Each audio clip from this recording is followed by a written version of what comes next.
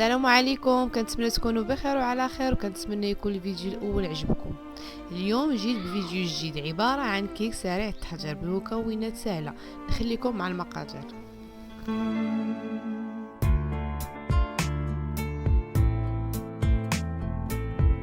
كيف ما كتشوفوا هادو هما المقادير بسيطه ومتوفره في كل بيت.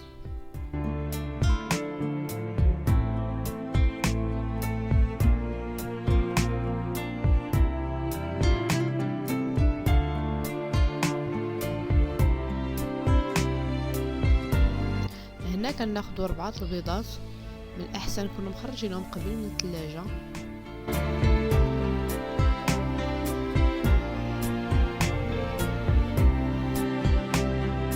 هنا كنضيفوا 2 خمارات بيضين فاني. كناخذوا كاس السنيده تجي بكاس العنبه، نزيدوا شويه الملحه، من بعد كناخذوا الخلاط نتاعنا وكنضربوا العناصر ديالنا، تنضربوهم مزيان حتى يندمج لينا سنيده مع الفاني مع البيض. كنزيد لنا كاس الحليب، ممكن ديروا الحليب ممكن ديروا اي ياغورت. هنا تناخذوا كاس الزيت، كنضيفوا توا بالتدريج وكنستمروا.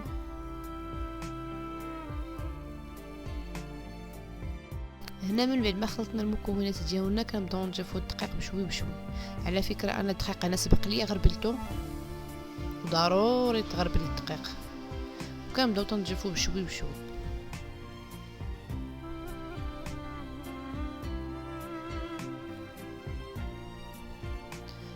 من بعد ما درنا الخليط نتاعنا ودرنا زدنا عليه الدقيق، تناخذوا خماره، تناخذوا معلقه تاع الدقيق تقريبا، كنديروها في كنغربلوها، تنضيفوا مع 3 ساشيات نتاع خمارات حمرين، كنغربلوهم ضروري ضروري من التغربيل. صافي تنخلطوا العناصر هكا مزيان تنحصلوا على القوام تاعها بحال هذا الشكل هذا، ما ثقيله ما خفيفه. هنا كما شفتوا تناخذوا الكاكاو، غربلنا حتى هو ضروري. الكاكاو تيبقى اختياري الا بغيتوها تكون هكا كحله. هنا من بعد خديت انايا المول ديالي دهنته بالزبده ورشيته بالدقيق، كنخوي فيه المكونات نتاعي تجي على هذا الشكل هذا، باش ما الزيت يجيكم من الفوق كتجي كيكه زوينه وتجي ما فيهاش الهواء وكتجي عاليه. من بعد كندخلوها للفران لمده 30 دقيقه تجي على هذا الشكل هذا. من بعد ما خرجتها من الفران كتجي على هذا الشكل هذا. هنا انا دهنتها بصوص الشوكولا، كنت محضرها من قبل، الا بغيتو نقدر نديرو معكم فيديو اخر ان شاء الله.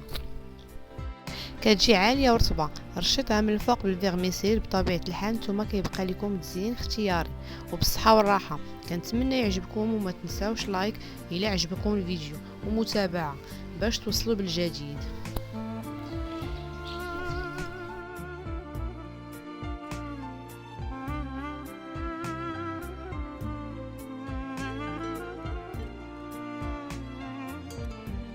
صافي كتجي على هذا الشكل هذا، كتجي خفيفه ورطبه.